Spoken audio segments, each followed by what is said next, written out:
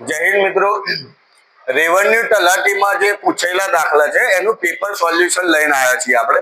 તો તમારો વધારે સમય બગાડતા નથી, સીધા પ્રશ્નો પર જઈએ છીએ.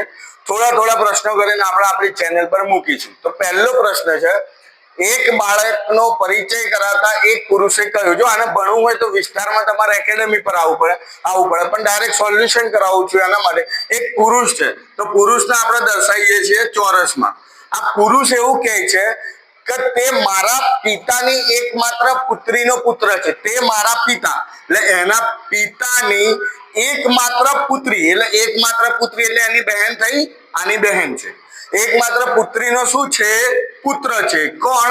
એક બાળકનો પરિચય કરાવે છે. આ બાળક છે તો તે પુરુષ બાળકના કોણ થાય? તો બાળકના આ પુરુષ શું થવાના? તો મમ્મીના ભાઈ. એટલે મમ્મીના ભાઈ શું થવાના? મામા. આ રેવન્યુ તલાટીમાં હમણાં રિસેન્ટલી પૂછેલો પ્રશ્ન છે અને આ તેનો જવાબ છે. જવાબ આવશે મામા. હતો 0.15 ના ઘનમૂળ તમને મોઢે હોવા જોઈએ. 216 આપણે અત્યારે યાદ રાખો, 000 ભૂલી જાઓ. 216 કોનું ઘનમૂળ છે? તો 6 નું ઘનમૂળ છે. તો 6 નું ઘનમૂળ થશે 200. 6 ગુણ્યા 6 ગુણ્યા 6, 36 36 ગુણ્યા 6 કરશો એટલે થશે 216. તો આપણે લખવાના છે 6. હવે પોઈન્ટ પછી કેટલા આંકડા છે? તો 3 અને 3 6. તો પોઈન્ટ પછી 6 આંકડા છે તો એના બે તૃતીયાંશ મીન્સ કે બીજા ભાગના લખવાના છે. 6 ના કેટલા ભાગ? બીજો ભાગ. તો બીજો ભાગ એટલે 0.06. તો જવાબ આવશે 0.06. ઓકે. તો આપણે ત્રીજો દાખલો જોશું. તમામ 2 અંકની બેકી સંખ્યાનો મધ્યક કેટલો? જો આ સમજશો તો તમને દાખલા આવડશે. કેવા શું મધ્યક કીધું છે એટલે શું આવશે? કે જે મધ્ય સ્થાને, મધ્યક એટલે એક જાતની સરેરાશ. આપણે સરેરાશ ચેપ્ટરમાં આવે છે. તો તમામ 2 અંકની બેકી સંખ્યા, તો 2 અંકની શરૂઆત ક્યાંથી થાય? તો 2 અંકની બેકી સંખ્યાની શરૂઆત થશે 10.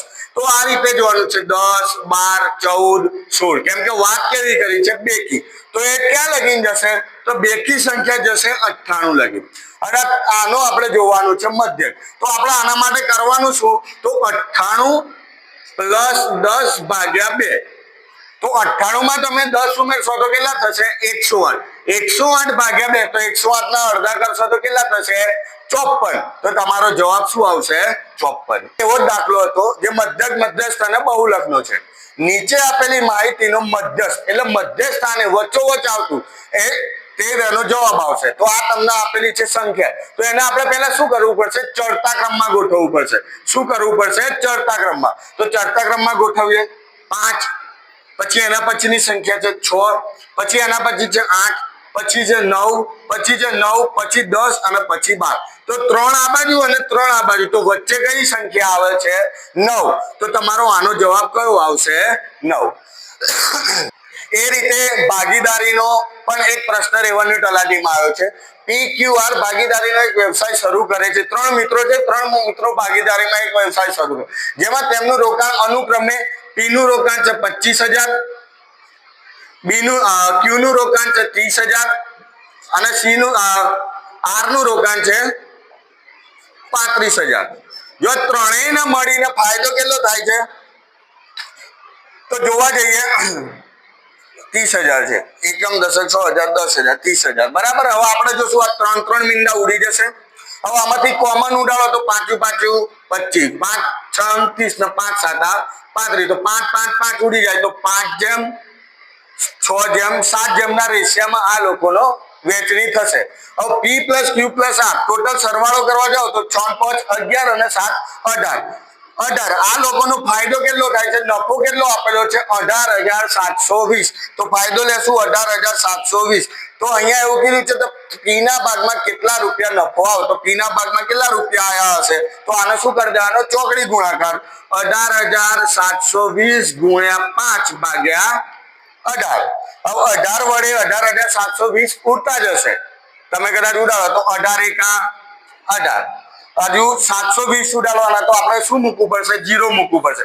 18 ચોક 72, 18 ચોક 72 અને આ 0 ઉપર. તો 1040 ગુણ્યા તમે 5 કરશો તો તમને ઓટોમેટિક 1000 ગુણ્યા 5 કરો એટલે 5000 થવાના.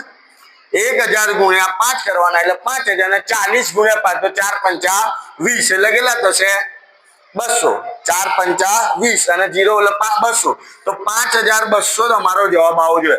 ઓપ્શનમાં તમે જો 6420, 6640, 6240 ને સી ઓપ્શન આ દર્શાવેલ પૈકી એક પણ, તો આનો જવાબ આવશે સી, દર્શાવેલ પૈકી એક પણ નહીં. તો આ બધા હતા પ્રશ્નો રેવન્યુ ટલ્યા. બીજા પણ પ્રશ્નો આપણે સોલ્વ કરીએ. તો બીજો એક પ્રશ્ન છે બહુલકનો છે કે નીચે આપેલા આવૃત્તિ વિતરણનો બહુલક કેટલો થાય. અહીંયા આપેલી છે સંખ્યા અને અહીંયા આપેલી છે આવૃત્તિ. તો આવા જયારે દાખલા આવે તો અમુક છોકરાઓ ભગવાઈ જતા હોય છે, પણ કઈ છે નહીં. અહીંયા એવું કીધું છે 7 સંખ્યા છે, એની આવૃત્તિ કેટલી વાર છે? 30 વાર છે. 8 છે તો 80 વાર છે. હવે બહુલકનો મિનિંગ એવો થાય કે જેની સંખ્યા વધારે હોય, જેની આવૃત્તિ વધારે હોય, જે બહુ વખત આવતું હોય એને કહેવાય બહુલક. જે વધારે વખત જે સંખ્યા આવતો હોય એ બહુલક. તો 9 120 વાર, 10 150, 11 140, 12 170. તો સૌથી વધુ વાર કઈ આવૃત્તિ આપેલી છે? 12. તો 12 કેટલી વાર છે? 170 વાર. તો તમારો બહુલક શું થવાનો? 12. તો આનો જવાબ શું આવશે? 12. સિમ્પલ પ્રશ્ન હમણાં રેવન્યુ તલાટીમાં પૂછ્યો. બીજો એક પ્રશ્ન અહીંયા સિમ્પલ છે દિશા અને અંતરનો. કોઈ વ્યક્તિ પશ્ચિમ દિશા તરફ ચાલવાનું શરૂ કરે. તમને ખબર હોય છે દિશા કઈ? આ પૂર્વ છે અને આ છે પશ્ચિમ. તો પશ્ચિમ દિશા તરફ કોઈ વ્યક્તિ ચાલવાનું શરૂ કરે છે. આપણે જે રીતના કરીએ છીએ એરો કરી દેવાનું. પોતાની જમણી તરફ કાટખૂણે વળી જાય છે. ફરી શું કરે છે? ચાલતા ચાલતા પોતાની જમણી તરફ, એટલે જમણી તરફ ક્યાં જતું રહેવાનું? ઉપરની સાઈડ, કાટખૂણે. કાટખૂણે એટલે 90 ડિગ્રીનો ખૂણો બનવો જોઈએ. તો કાટખૂણે વળી જાય છે. તો હવે તે કઈ દિશામાં જઈ રહ્યો છે? તો આ કઈ દિશા તમને દેખાઈ રહી છે? ઉત્તર. કઈ દિશા કહેવાય? ઉત્તર. તો આનો જવાબ શું આવશે? ઉત્તર. બીજો એક કોડિંગ ડીકોડિંગ નો પ્રશ્ન છે. એક સાંકેતિક ભાષામાં વોલ્ટ શું મિનિંગ આપેલું છે? અહીંયા વોલ્ટ આપ્યું છે, VALK, વોલ્ટ નો સંકેત થાય છે